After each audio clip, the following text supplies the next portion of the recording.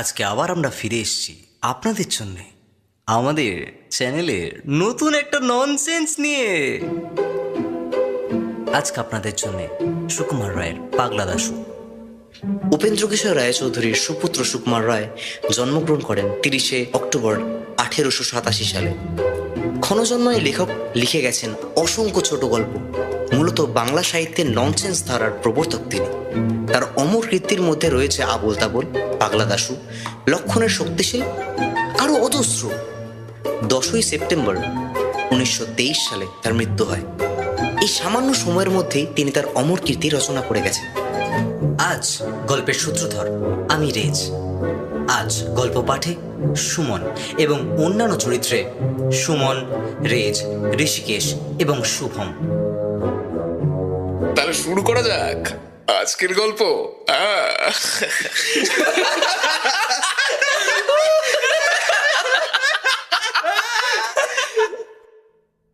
আমাদের রামপদ একদিন এক হাঁড়ি মিহিদানা নিয়ে স্কুলে আসলো। টিফিনের ছুটি হওয়া মাত্র আমরা সকলে মহা উৎসাহে সেগুলো ভাগ করে খেলাম। খেলো না কেবল দাশু। পাগলা দাশু যে মিহিদানা খেতে ভালোবাসে না তা কিন্তু নয়, কিন্তু সে রামপদকে একেবারেই পছন্দ করত না। দুজনের মধ্যে প্রায় ঝগড়া চলতো। আমরা রামপদকে বললাম, দাশুকে একটু মিহিদানা দে। দে দে দে একটু মিহিদানা দে। রামপদ বলল, কিরে দাশু, খাবি নাকি? দেখিস খাবার লোভ হয়ে থাকে তো বলে দে। শোন, আমার সঙ্গে কিন্তু আর কোনোদিনও লাগতে আসবি নে, তাহলেই মিহিদানাটা পাবি। এমন করে বললে তো রাগ হবারই কথা। কিন্তু দাশু কিন্তু কিচ্ছু না বলে গম্ভীরভাবে হাত পেতে মিহিদানা নিল। তারপর দারোয়ানের কুকুরটাকে ডেকে সকলের সামনে তাকে মিহিদানা খাইয়ে দিল।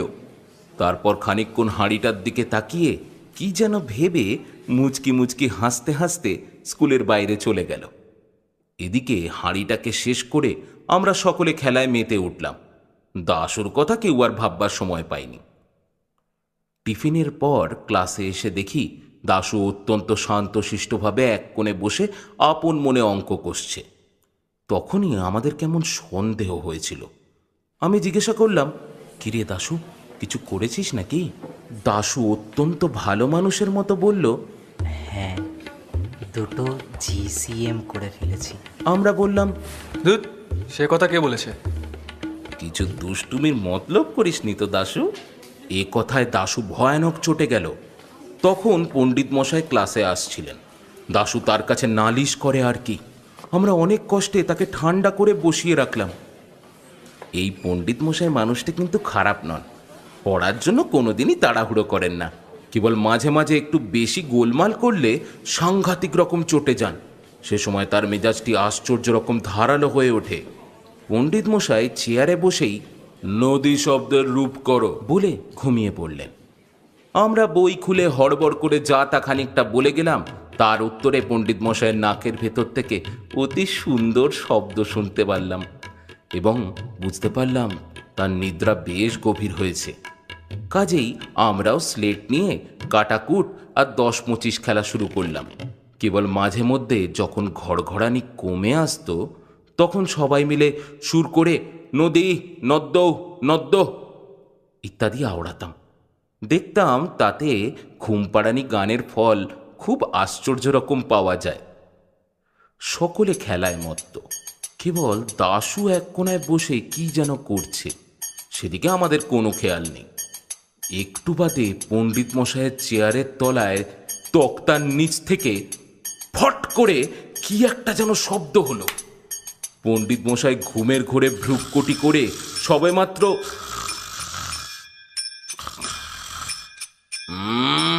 বলে কি যেন একটা ধমক দিতে যাবেন, এমন সময় ফুট ফাট দুম দাম ধূপ ধাপ শব্দেও তাণ্ডব কোলাহল উঠে সমস্ত স্কুলটাকে একেবারে কাঁপিয়ে তুলল।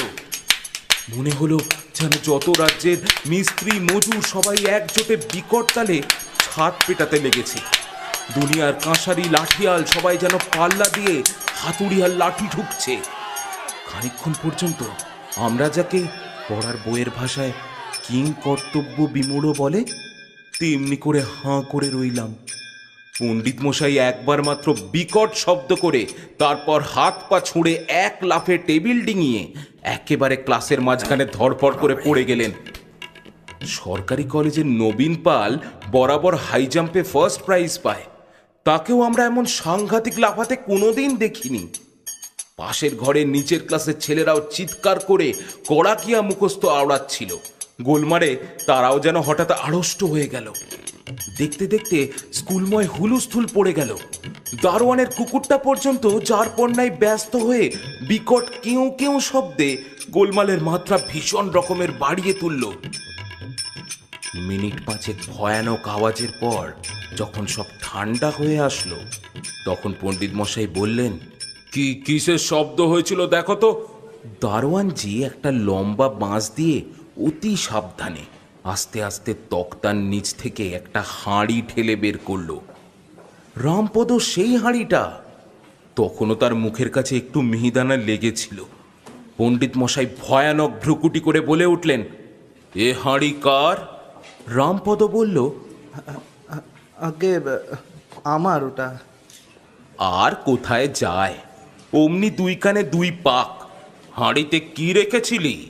রামপদ তখন বুঝতে পারল যে গোলমালের জন্য সমস্ত দোষ তার ঘাড়েই এসে পড়েছে। সে বেচারা তাড়াতাড়ি বোঝাতে গেল, আগে ওর মধ্যে করে আমি মিহিদানা এনেছিলাম। তারপর মুখের কথা শেষ না হতেই পণ্ডিত মশাই বললেন, তারপর মিহিদানাগুলো চিনে পটকা হয়ে ফুটতে লাগলো না? বলেই ঠাস ঠাস করে দুটো চড় মারলেন। অন্যান্য মাস্টারেরাও ক্লাসে এসে জড়ো হয়েছিলেন। তারাও এক বাক্যে হা হা করে রুখে আসলেন। আমরা দেখলাম বেগতিক। বিনা দোষে রামপদ বেচারা মার খায় বুঝি। এমন সময় দাশু আমার স্লেটখানা নিয়ে পণ্ডিত মশাইকে দেখিয়ে বলল, এই দেখুন স্যার, আপনি যখন ঘুমোচ্ছিলেন তখন ওরা স্লেট নিয়ে খেলা করছিল। এই দেখুন, কাঠকুটের ঘর কাটা। স্লেটের ওপর আমার নাম লেখা। পণ্ডিত মশাই আমার ওপর প্রচন্ড এক চড় তুলে হঠাৎ কেমন থতমত খেয়ে গেলেন। তারপর দাশুর দিকে কটমট করে তাকিয়ে বললেন, চোপড়াও, কে বলেছে আমি ঘুমোচ্ছিলুম? দাশু খানিকক্ষণ হাঁ করে রইল, তারপর বলল, তবে যে আপনার নাক ডাকছিল। পণ্ডিত মশাই তাড়াতাড়ি কথাটা ঘুরিয়ে বললেন, বটে, ওরা সব খেলা করছিল, আর তুমি কি করছিলে? দাশু অম্লান বদনে বলল, আমি তো পটকায় আগুন দিচ্ছিলাম। শুনে তো সকলের চক্ষু স্থির। ছোকরা বলে কি? প্রায় আধ মিনিট খানে কারোর মুখে কোনো কথা নেই। তারপর পণ্ডিত মশাই ঘাড় বেঁকিয়ে গম্ভীর গলায় হুঙ্কার দিয়ে বললেন, কেন পটকায় আগুন দিচ্ছিলে? দাশু ভয় পাবার ছেলেই নয়। সে রামপদকে দেখিয়ে বলল, ও কেন আমাকে মিহিদানা দিতে যাচ্ছিল না? এরকম অদ্ভুত যুক্তি শুনে রামপদ বলল, আমার মিহিদানা, আমি যা ইচ্ছা তাই করব। দাশু তৎক্ষণাৎ বলে উঠল, তাহলে আমার পটকা, আমিও যা ইচ্ছা তাই করব। এরূপ পাগলের সঙ্গে তো আর তর্ক করা চলে না। কাজেই মাস্টারেরা সকলেই কিছু কিছু ধমক ধামক দিয়ে যে যার ক্লাসে চলে গেলেন। সে পাগলা বলে তার কোনো শাস্তি হলো না। ছুটির পর আমরা সবাই মিলে কত চেষ্টা করেও তাকে তার দোষ বোঝাতে পারলাম না। দাশু খালি বলল, আমার পটকা রামপদর হাঁড়ি, যদি আমার দোষ হয় তাহলে রামপদরও দোষ হয়েছে, ব্যাস, ওর মার খাওয়াই উচিত। গল্প কিন্তু এখানেই শেষ নয়, এখনো আরেকটা গল্প আছে। গল্পে ফিরে যাই। নবীন চাঁদ স্কুলে এসেই বলল, কাল তাকে ডাকাতে ধরেছিল। শুনে স্কুল শুদ্ধ সবাই হাঁ হাঁ করে ছুটে এলো। ডাকাতে ধরেছিল? হ্যাঁ, ডাকাতে ধরেছিল? কি বলিস রে? ডাকাত না তো কি? বিকেলবেলায় সে জ্যোতিলালের বাড়ি পড়তে গিয়েছিল। সেখান থেকে ফিরবার সময় ডাকাতরা তাকে ধরে মাথায় চাঁটি মেরে তার নতুন কেনা শখের পিরানটি কাদা জলের পিচকিরি দিয়ে চলে গেল। আর যাবার সময় বলে গেল, চুপ করে দাঁড়িয়ে থাক, নইলে দড়াম করে তোর মাথাটা উড়িয়ে দেবো। হ্যাঁ, তাই সে ভয়ে আড়ষ্ট হয়ে রাস্তার ধারে প্রায় 20 মিনিট দাঁড়িয়েছিল। এমন সময় তার বড় মামা এসে তার কান ধরে বাড়িতে নিয়ে গিয়ে বললেন, এই রাস্তায় সংসে যে ইয়ার্কি করা হচ্ছিল? নবীন চাঁদ কাঁদো কাঁদো গলায় বলে উঠল, আমি কি করব? আমাকে তো ডাকাত ধরেছিল। শুনে তার মামা প্রকাণ্ড এক চড় তুলে বললেন, ফের জ্যাঠামি। নবীন চাঁদ দেখলো মামার সঙ্গে তর্ক করাই বৃথা, কারণ সত্যি সত্যি তাকে যে ডাকাতে ধরেছিল এ কথা তার বাড়িতে কাউকে বিশ্বাস করানো খুব শক্ত। সুতরাং তার মনের দুঃখ এতক্ষণ মনের মধ্যেই চাপা ছিল। যাই হোক, স্কুলে এসে তার দুঃখ বোধহয় অনেকটা দূর হতে পেরেছিল, কারণ স্কুলের অন্তত অর্ধেক ছেলে তার কথা শোনবার জন্য একেবারে ব্যস্ত হয়ে ঝুঁকে পড়েছিল, এবং তার ঘামাচি, ফুসকুড়ি আর চুলকুনির দাগটা পর্যন্ত আগ্রহ ভরে ডাকাতি সুস্পষ্ট প্রমাণ বলে স্বীকার করেছিল।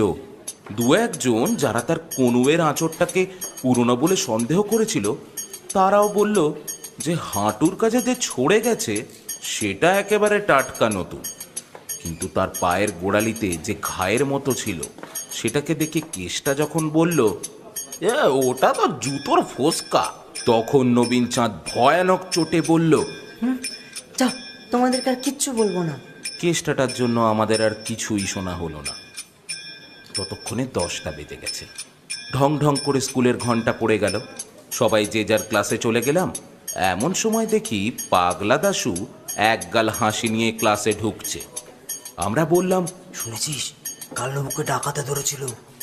যেমনি বলা অমনি দাশরথী হাত পা ছেড়ে বই টই ফেলে খ্যাক খ্যাক করে হাসতে হাসতে একেবারে মেঝের ওপর বসে পড়ল। পেটে হাত দিয়ে গড়াগড়ি করে একেবারে চিত হয়ে, একেবারে উপুড় হয়ে তার হাসি আর কিছুতেই থামে না। দেখে তো আমরা অবাক, পণ্ডিত মশাই ক্লাসে এসেছেন, তখনও পুরোদমে তার হাসি চলছে। সবাই ভাবলো ছোড়াটা খেপে গেল নাকি। যাই হোক, খুব খানিকটা হুটোপুটির পর সে ঠান্ডা হয়ে বই টই গুছিয়ে বেঞ্চের ওপর উঠে বসল। পণ্ডিত মশাই বললেন, ওরকম হাসছিলে কেন? দাশু নবীন চাঁদকে দেখিয়ে বলল, ওই যে ওকে দেখে। পণ্ডিত মশাই খুব কড়া রকমের ধমক লাগিয়ে তাকে ক্লাসের কোণায় দাঁড় করিয়ে রাখলেন। কিন্তু পাগলার তো তাতেও লজ্জা নেই। সে সারাটি ঘন্টা থেকে থেকে বই দিয়ে মুখ আড়াল করে ফিক করে হাসতে লাগলো। টিফিনের ছুটির সময় নবু দাশুকে চেপে ধরল। কিরে দেশু, বড় যে হাসতে শিখেছিস, কেন হাসবো না?